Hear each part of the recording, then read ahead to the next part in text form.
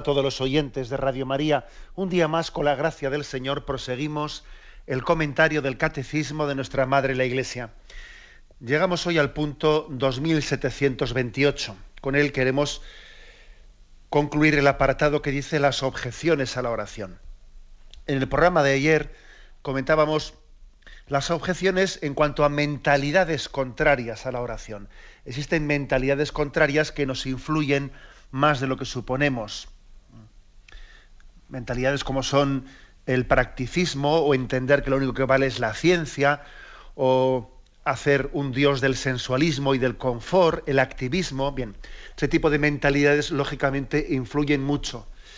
Pero en el punto de hoy, 2728, se abordan las dificultades, digamos, más, no digamos de las filosofías de fondo que impiden la oración, sino las dificultades que son para nosotros más próximas en nuestra vida espiritual. Dice así este punto. Por último, en este combate, se refiere al combate por la oración, hay que hacer frente a lo que es sentido como fracasos de la oración. O sea, es decir, que los fracasos que hemos tenido nos influyen mucho. Son como una rémora, un peso. Y aquí describe 2 puntos: desaliento ante la sequedad, tristeza de no entregarnos totalmente al Señor porque tenemos muchos bienes, decepción por no ser escuchados según nuestra propia voluntad, herida de nuestro orgullo que se endurece en nuestra indignidad de pecadores, alergia a la gratuidad de la oración. Puntos suspensivos. Luego concluimos el punto, pero lógicamente vamos a intentar desgranar esto. Es decir, que si queremos vencer las objeciones a la oración, tenemos que afrontar los fracasos, que muchas veces los fracasos pesan sobre nosotros como una rémora que nos impide vivir el momento presente. Y ahora me refiero en general en nuestra vida, fracasos que yo tuve, porque es que resulta que en mi tiempo estuve allí en la parroquia y pertenecí a un grupo de oración, pero tuve un problema, tuve un roce, salí rebotado, o tuve un problema con tal sacerdote, o quizás estuve en la vida religiosa y me salí y luego me alejé del Señor. O sea, ¿quién sabe, no? ¿Quién sabe la cantidad de fracasos que pueden estar condicionando nuestra vida? Y eso también se aplica al tema de la oración. Y hay que decir que decía el beato Juan 23 que para convertir el fracaso en triunfo, lo que hay que hacer es, en vez de estar dándole vueltas y vueltas, ofrecérselo a la Virgen como mortificación. El que quiera convertir un fracaso en un triunfo, en vez de estarse ahí regodeando, ¿no? Victimándose en su fracaso, qué mal, pues ofréceselo a la Virgen como mortificación y entonces tu fracaso será un triunfo. Eso decía Juan 23. Es decir, que aquí lo que hay que hacer es, para hacer frente a la tentación del fracaso, no estar llevando cuenta de los fracasos, sino de las experiencias que Dios me ha permitido vivir, porque lo que hoy llamamos fracasos, en el fondo, en la providencia de Dios, son pues las experiencias que necesitamos para triunfar. Y cuando digo triunfar, quiero decir acertar con lo que Dios quiere para nosotros, y que no es más triunfar en esta vida. ¿Qué es triunfar? Pues conocer la voluntad de Dios y entregarnos a ella. Si Dios ha permitido que en la historia de nuestra vida haya fracasos, lo intenté y fue una chapuza, lo que hay que hacer es entender que Dios integra, ¿no? Eso que yo digo que fue un desastre, Dios lo integra, ¿no? Para que haga de la historia de mi vida un canto de la paciencia de Dios y de la misericordia de Dios.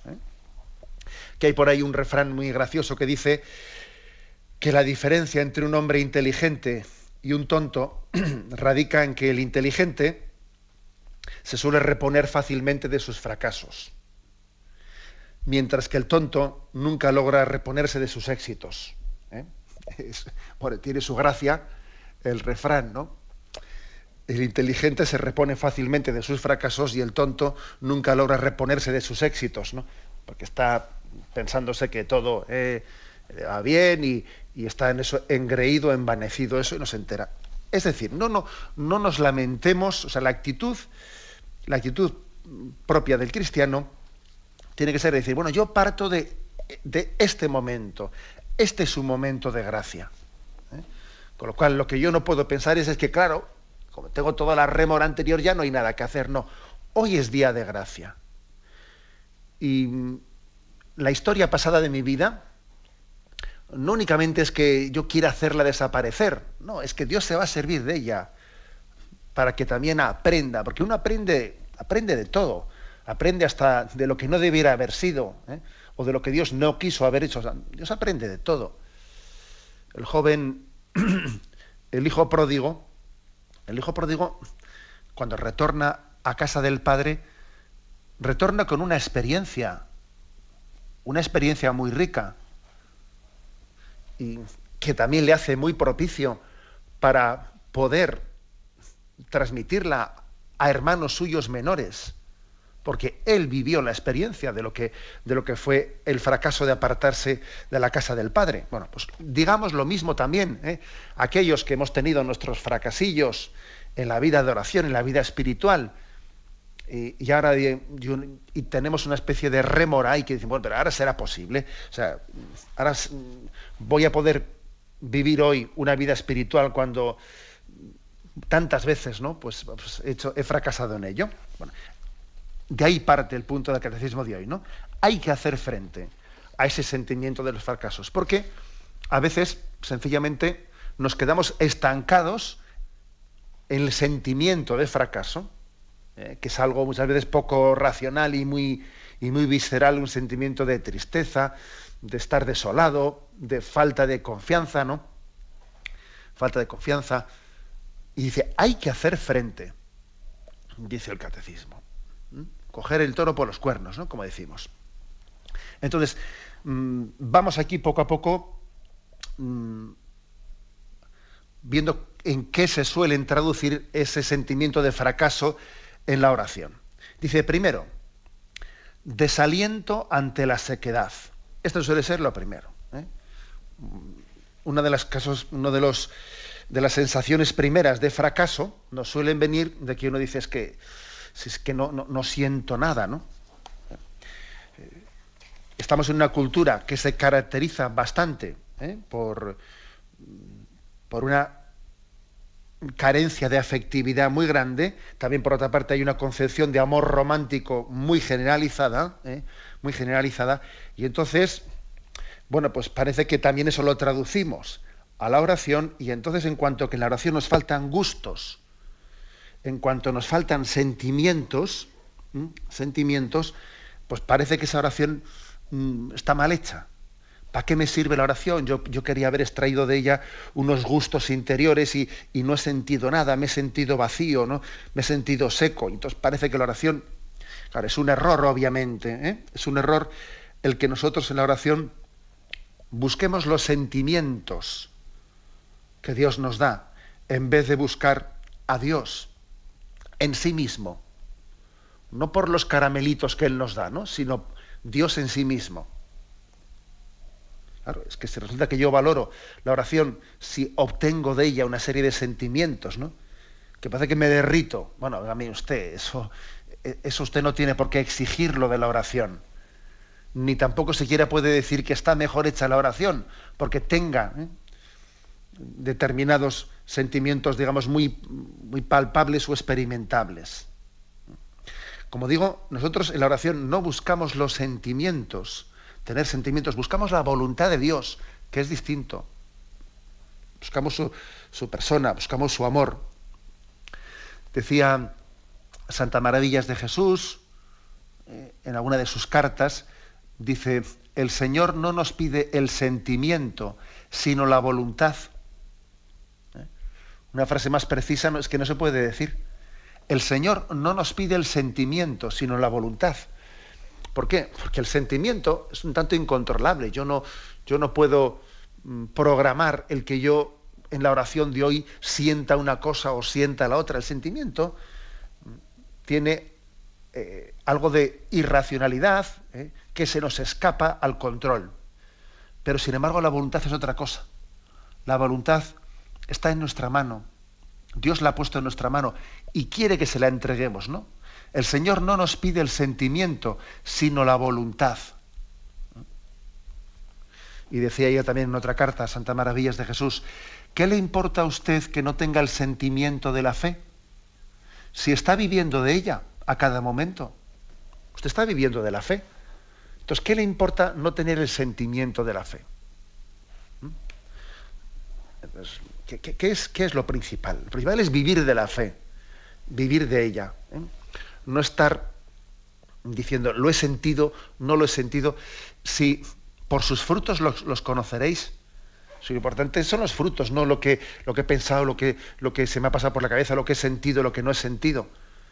Sí, vivir de la fe se nota en ello. Recuerdo haber conocido a un sacerdote mayor que ya falleció, que tenía el hombre, pues, tenía unas pruebas de escrúpulos muy fuertes, que os voy a decir una cosa, que seguro que habrá algunos oyentes que también padezcan las tentaciones de escrúpulos, ¿no? Que cuando se padecen suele ser una gran cruz, ¿no? La gran cruz del pensar que todo lo he hecho mal, que esto lo he hecho deficientemente, no he hecho bien esta oración, no he hecho bien esto otro. Bueno, estamos hoy en día en una cultura que más bien peca de lo contrario que de los escrúpulos, ¿no? Peca del polo opuesto. Pero, sin embargo, sí que hay personas concretas que padecen las tentaciones de escrúpulos, ¿no? Y se agobian y se angustian y nunca se quedan satisfechos en nada de lo que han hecho, ¿no?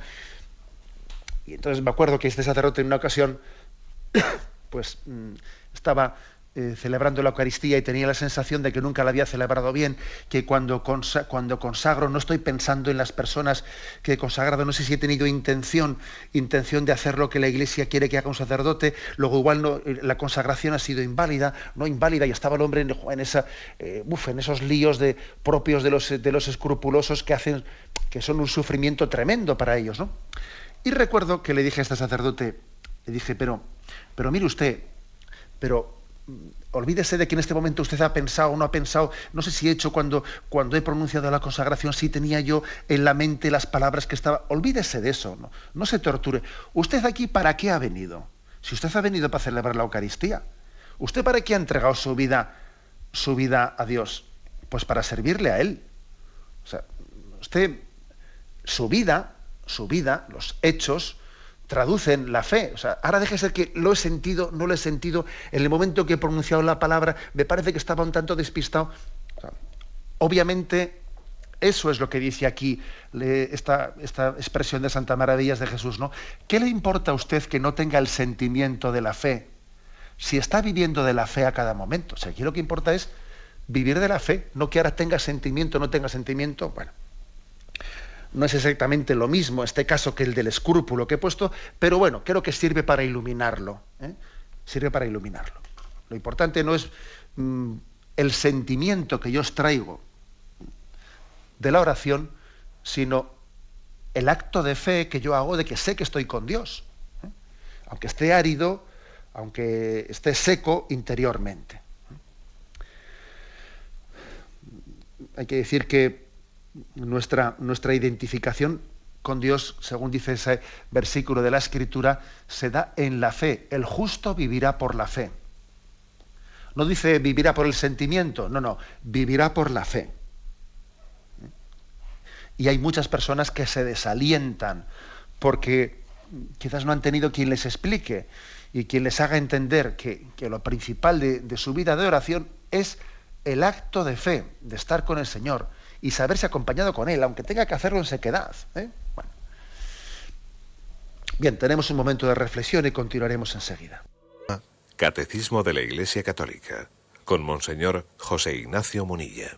Hay que hacer frente a los fracasos en la oración, al sentimiento de fracaso que podemos tener en nuestra vida, dice aquí el Catecismo. Hay que hacerle frente para que esa sensación de fracasos anteriores no sea una rémora que nos impida responder a la llamada del Señor a tener intimidad con Él.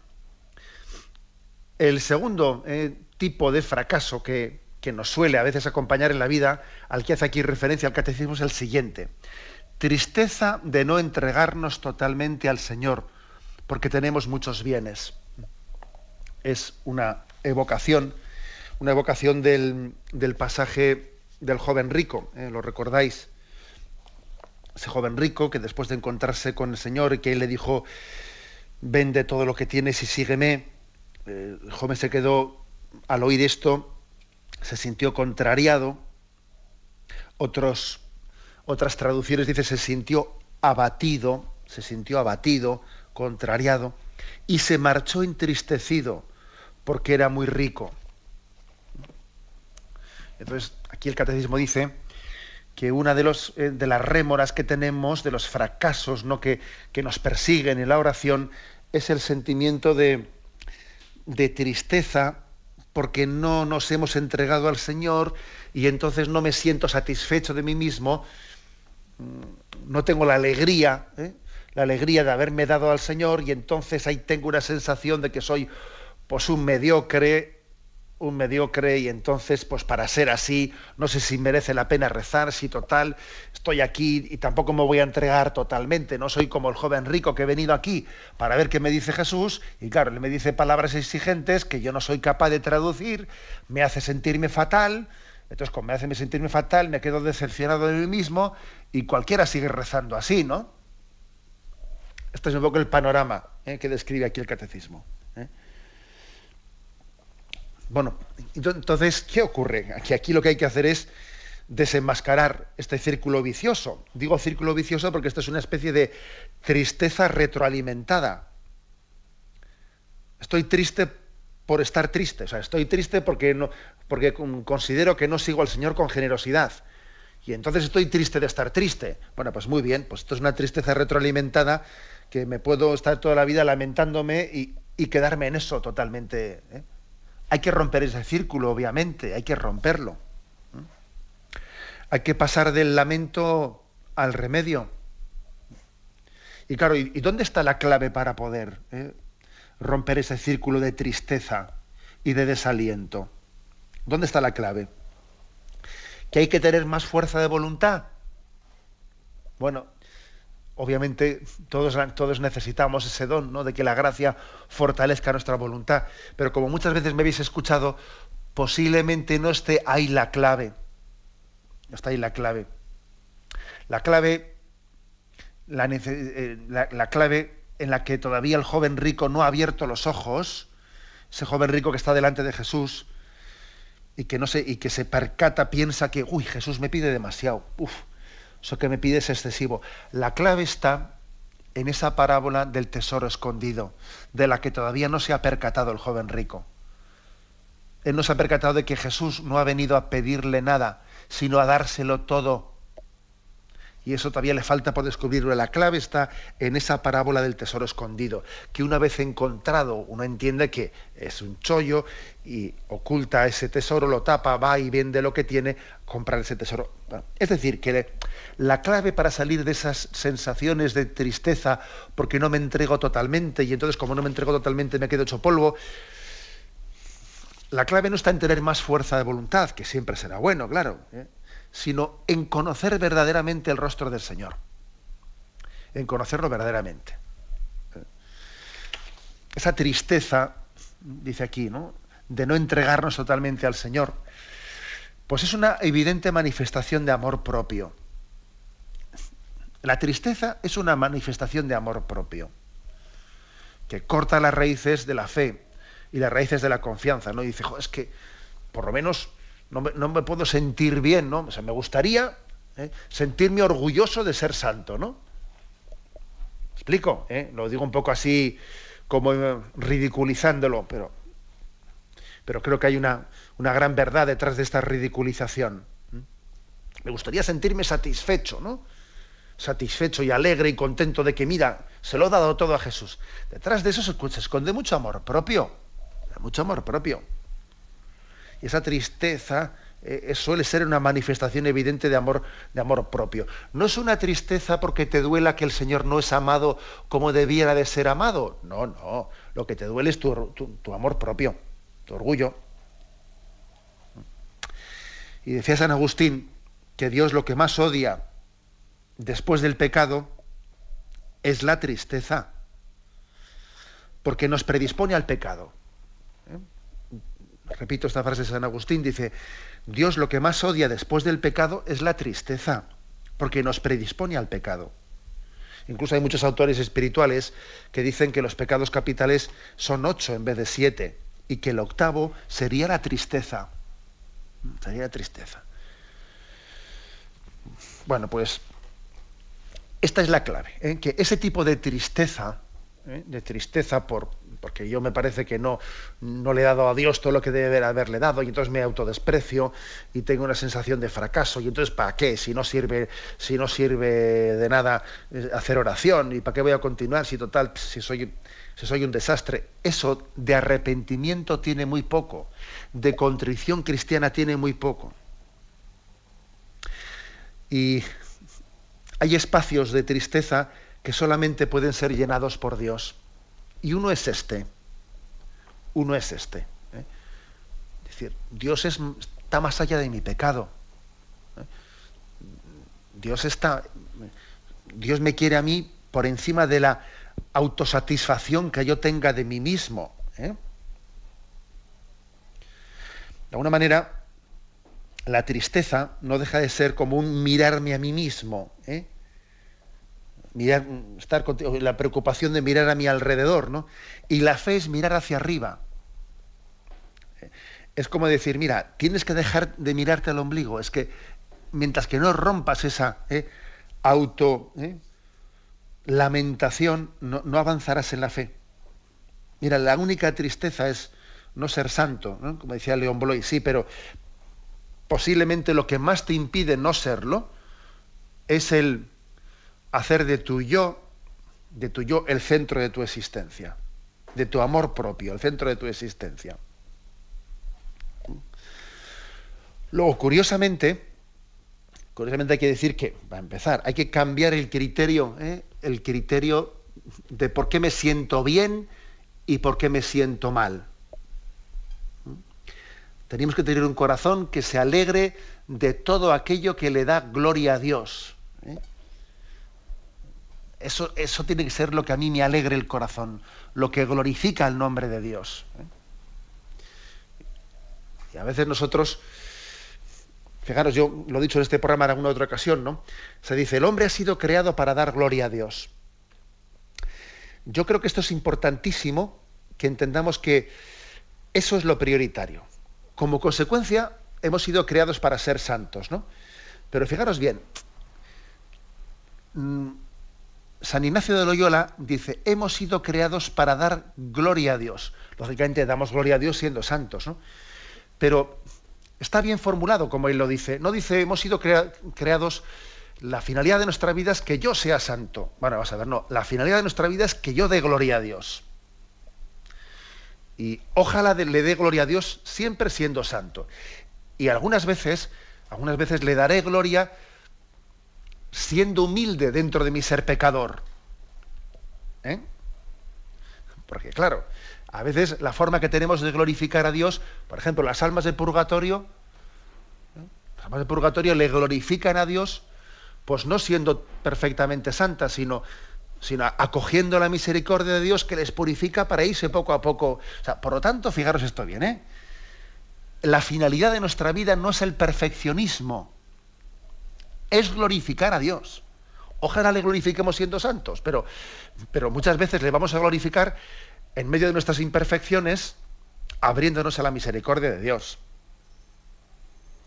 Esto es muy importante, Esto es muy importante para quitarnos esa tristeza que tenemos ahí, y con esto no estoy diciendo que tenemos que hacer una especie de pacto con nuestra mediocridad, no estoy diciendo eso. Pero que no confundamos el deseo de santidad con el deseo de perfeccionismo, que lo hacemos muchas veces. Entonces, ¿cómo superar esa tristeza, ¿no? Esa tristeza que arrastramos? Bueno, pues habría que decir que a muchas personas melancólicas, eso que he dicho ya antes, que la tristeza, ahí si yo siempre estoy igual, si no avanzo en mi vida espiritual, si no sé qué, ¿para qué hacer oración si siempre estoy igual, ¿no? Que eso es una manifestación de amor propio. Habría que decirles que, vamos a ver, que hay que mortificar esa tristeza, hay que mortificarla. Incluso habrá que decirle, oye, hazte violencia a ti mismo en esa tendencia tan triste y melancólica que tienes, ¿no? Sonríe, aunque solo sea aunque te parezca que sea un poco forzado sonreír, porque más triste que la sonrisa triste es la tristeza de no saber sonreír, ¿eh? O sea, es decir, hazte duro a ti mismo, mortifícate de esa tendencia triste y melancólica que tienes, ¿eh? Y mira a Dios más que mirarte a ti mismo. Bien, ese es, pues, por lo tanto, un punto importante para otra de las, digamos, claves de por qué los fracasos que arrastramos nos pueden estar impidiendo vivir la llamada del don de la oración. Tenemos un momento de reflexión y con 1728 en el que se nos dice que hay que hacer frente a los fracasos que hayamos tenido en la oración. Y en concreto, el siguiente tipo de fracaso que nos puede estar ahí condicionando es el siguiente, dice: decepción de no ser escuchado según nuestra propia voluntad. Uno dice, es que yo me decepcioné porque le oré al Señor, oré con fuerza, oré con firmeza en un momento determinado de mi vida y le pedí esto y le pedí lo otro y no me lo concedió. Pues tal ser querido que estaba enfermo, o un tema que yo tenía con un hijo, o lo que fuere, ¿no? Y entonces me siento decepcionado de no haber sido escuchado, ¿no? Esto también suele ocurrir a veces, ¿eh? Y es una rémora que está ahí como, digamos, aleteando, ¿no?, sobre nuestra vida. ¿Qué ocurre? Que a veces vamos a orar y a Dios le decimos lo que tiene que hacer, de qué modo lo tiene que hacer, en qué modo, en qué tiempo, en qué lugar, según mi parecer, y qué sé yo, ¿eh? Dios sabe más, ¿eh? Dios sabe más, obviamente, y todo aquel que va a hacer oración tiene que tener esto en cuenta. Ante el Señor nos presentamos y le decimos: Dios sabe más, tú sabes más, Jesús, tú sabes más, ¿eh? Yo solo sé que te quiero y yo solo sé que me quieres. Aquí me tienes con mis problemas, con mis situaciones, te las presento, pero tú sabes más, ¿no? Y cuando pues hemos tenido un concepto de oración muy egocéntrica, o hemos partido de un concepto de Dios pues un tanto infantil, tenemos decepciones, ¿no? Pues porque no he sido escuchado por esto, por lo otro, pero ¿qué concepto tengo yo de Dios, ¿no? Sigo para que podamos terminar este punto. Dice otra dificultad de fracaso que nos suele acompañar: herida de nuestro orgullo, que se endurece en nuestra indignidad de pecadores. Claro, pues porque cuando alguien no se convierte, pues tiende a endurecerse en el orgullo. Eso lo decía Nietzsche, ese famoso filósofo que fue un poco pensador, dicen que fue un poco el pensador del cual luego nació la filosofía nazi, ¿no? Un filósofo tan anticristiano. Decía él: la memoria me dice, he obrado mal. El orgullo me dice, no has podido obrar mal. Y el orgullo acaba venciendo a la memoria. Y él lo dice y se queda tan pancho. Para más lo dice como algo positivo. Bien, pero esto ocurre de verdad en nuestra vida, ¿eh? O sea, que cuando no te conviertes, que cuando no eres humilde para abrir tu corazón delante de Dios, al final el orgullo se reafirma, ¿no? Por aquello de que si no vives como piensas, acabas pensando como vives.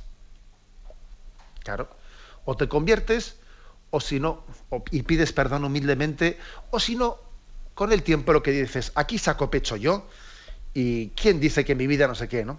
O sea, que la desesperación suele tener muchas modalidades, ¿no? Una modalidad es la de la desesperación cruda, pero también existe una desesperación de engreimiento y orgullo de nosotros mismos, ¿no? En el fondo es una desesperación, pero la estoy tapando con un engreimiento, con un orgullo de mí mismo. Es una modalidad, digamos, falsa, hipócrita. En vez de mostrarte desesperado crudamente, lo que haces es sacar pecho, ¿eh? Lo que decía aquí Nietzsche, ¿no? Mira, si la memoria te dice has obrado mal, tú levanta la cresta y di: el orgullo me dice lo contrario, mi orgullo puede más, ¿no? Por mis narices que yo no he hecho nada malo. Bueno, obviamente esto es una auténtica tumba, lógicamente, para la vida de oración, porque la fe comienza donde termina el orgullo. Y entonces es obvio que para poder hacer oración tiene que haber un amor a la verdad por encima del orgullo propio. Y si no hay un amor a la verdad por encima del orgullo, de la defensa de mis propias, ¿no?, posiciones, es imposible, ¿no?, que haya oración. Seguimos adelante. Otra dificultad que aquí también menta el catecismo, después de esta herida de nuestro orgullo que se endurece en nuestra intimidad de pecadores, dice la siguiente: alergia a la gratuidad de la oración. Es curioso esto, alergia a la gratuidad de la oración. Porque para que uno entienda lo que es la oración, tiene que saber que a Dios no se le compra. Que a Dios, eso lo dice el Evangelio en muchos pasajes, ¿no?, que tenemos que purificar el sentido del mérito, de que yo puedo exigirle a Dios por mis merecimientos. ¿Cuántas parábolas hay que hacen referencia a esto? Que hacen referencia a que los trabajadores que fueron a última hora recibieron el mismo salario que los que estaban desde primera hora, etcétera, ¿no?, enfatizando la gratuidad. Y claro, cuando uno no entiende esto, pues es que, claro, tanta gratuidad, dice, oiga, pues si tan gratis es, pues entonces no rezo. Si el don de Dios es gratuito, pues nada. Uno tiene dice aquí, alergia a la gratuidad. Sí, esa alergia la tenemos, ¿no?, porque nos pensamos que todo se compra, y hasta la salvación se compra, ¿no? Yo tengo que comprar la salvación por mis méritos y no sé qué. Entonces, no, mire usted, el don de Dios es gratuito. Y yo si hago oración no la hago entre comillas, ¿no?, como para comprar mi salvación. No. Yo hago oración para acoger el don gratuito que Dios me quiere dar. La oración o la mortificación, los sacrificios, no son como una compra de la misericordia de Dios, sino son un signo de que yo estoy abierto a recibir la misericordia de Dios. Yo no le compro a Dios con mis obras ni con mis oraciones. Ya me entendéis lo que significa con lo de comprar, ¿no? Comprar es que tengo derecho a. No.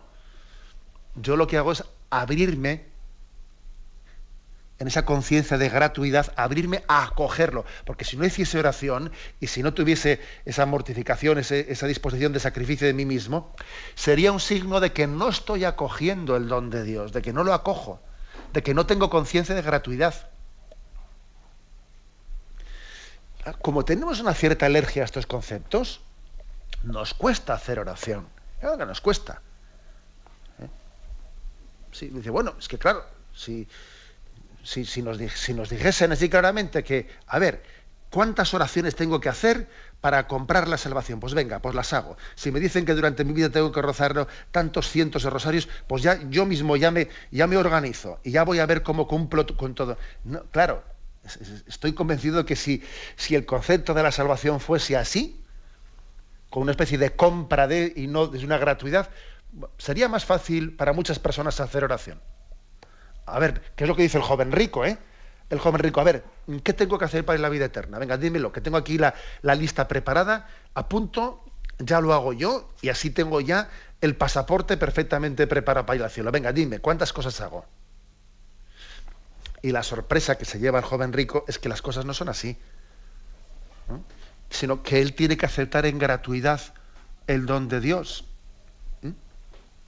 Y eso nos cuesta. Tenemos una cierta alergia a la gratuidad. Nos pensamos que todo se puede comprar, hasta la salvación, hasta la misericordia de Dios. Y ahora, como veis, aquí el catecismo está afina mucho, para desenmascarar, ¿no?, las dificultades, ¿no?, que arrastramos, esa especie de fracasos anteriores de nuestra vida que ahora nos dificultan hacer oración. Y termina diciendo este punto del catecismo.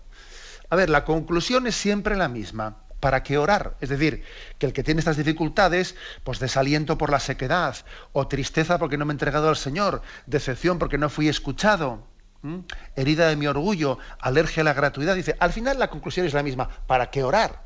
¿Para qué orar si no siento nada? ¿Para qué orar si el Señor no me escuchó antes? ¿Para qué orar si estoy triste? Claro, todas estas son al final tentaciones. Tentaciones que hay que abordar y que hay que desenmascarar. Y termina diciendo el catecismo, dice, es necesario luchar con humildad, confianza y perseverancia si se quieren vencer estos obstáculos. Humildad, confianza y perseverancia. Porque fijaros, para poder ser perseverante, para que uno no abandone su vida de oración, es muy importante tener confianza. ¿Por qué nos cansamos de la oración? Porque no confiamos. No confiamos que lo que estoy haciendo es importantísimo. No terminamos de confiar en que el Señor me pide que haga oración y que además tiene un fruto importantísimo en mi vida, ¿no? Como no confío, no soy perseverante. O sea, dejémonos de historias, ¿eh? No es que no seamos perseverantes porque me cuesta mucho, porque soy vago. Que patas cosas. Vaya que si me muevo. Si no somos perseverantes, no suele ser tanto por falta de fuerza de voluntad, sino por falta de confianza en que en la oración es un don de Dios y que me abre las puertas que permanecen cerradas para mi felicidad y porque me falta confiar. Y en segundo lugar, ¿por qué no confiamos? También lo dice aquí el catecismo. Pues porque no somos humildes.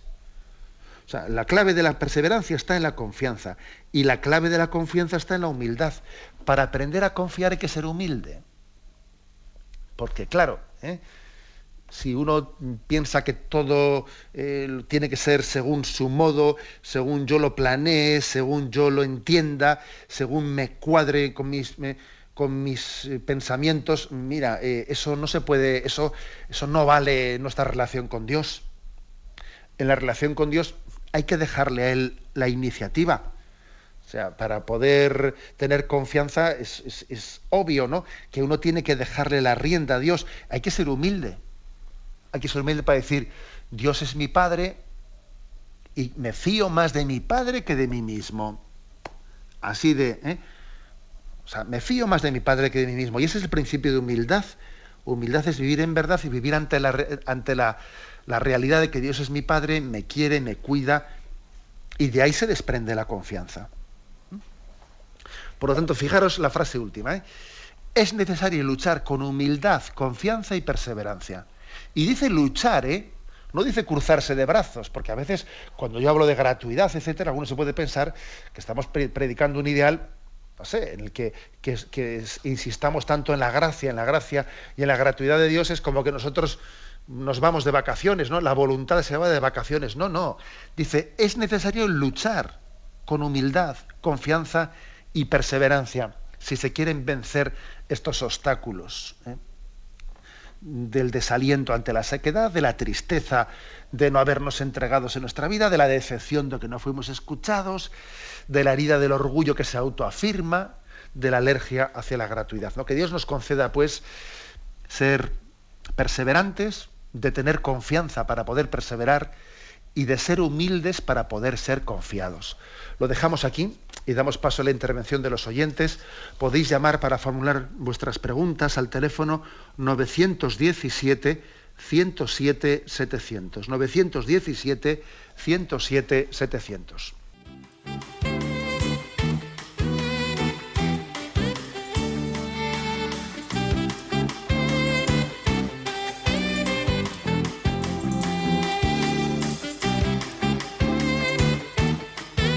Radio María le ofrece la oportunidad de recibir en su casa sus programas favoritos.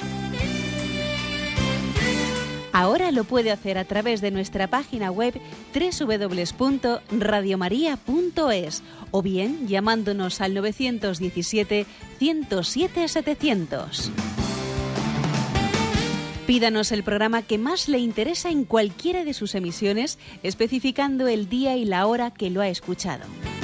Solo nos tiene que decir si lo quiere en CD de audio o CD o DVD en MP3.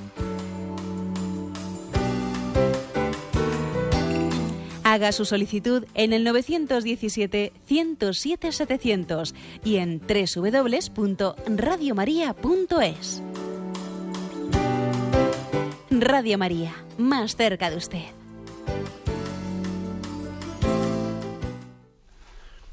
Sí, buenos días, ¿con quién hablamos? Sí, buenos días, Manolo de Granada, de Divina Misericordia. Adelante, Manolo.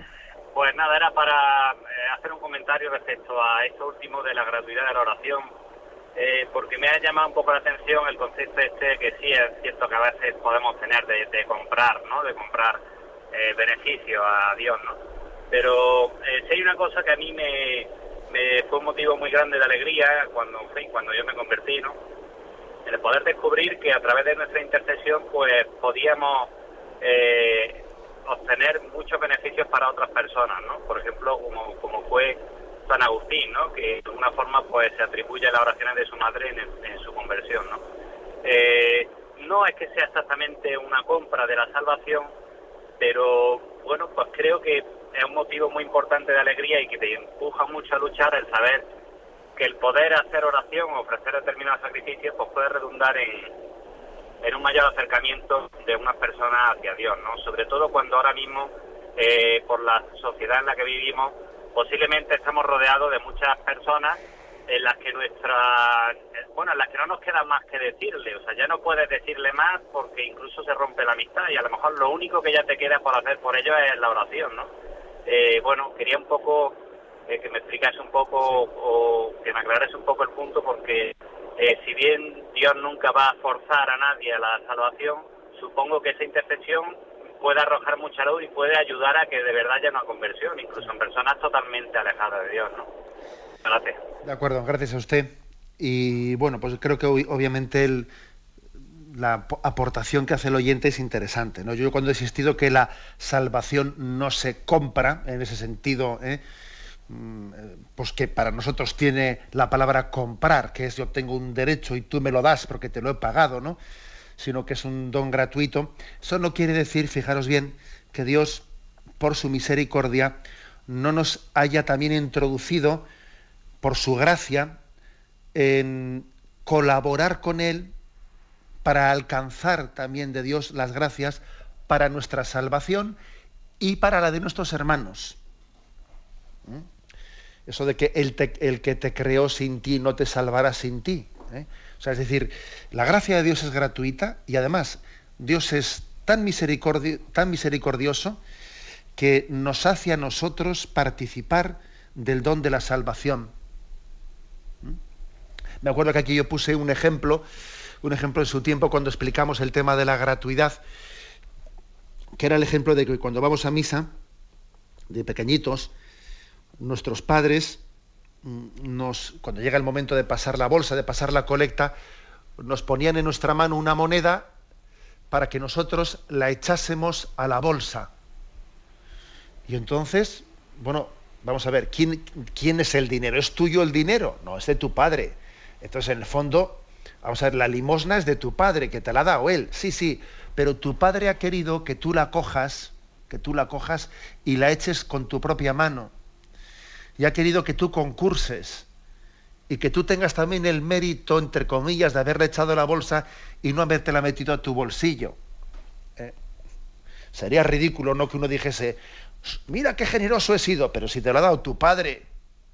Pero al mismo tiempo era importante que fueses tú el que la metieses en la bolsa, aunque fue, bueno, es un ejemplo, pero un ejemplo que nos puede servir tanto para que entendamos cómo Dios ha querido que el don gratuito tú participes en él, y no únicamente para contigo mismo, como decía el oyente, sino también para con los demás. O sea, Dios ha querido que nosotros intercedamos por la salvación de hermanos nuestros y de que colaboremos con el corazón de Cristo en esa lucha por las almas. Ese Jesús que dijo en Getsemaní, acompañadme a orar en este momento, y pidió colaboradores y pidió acompañantes en esa oración de Getsemaní.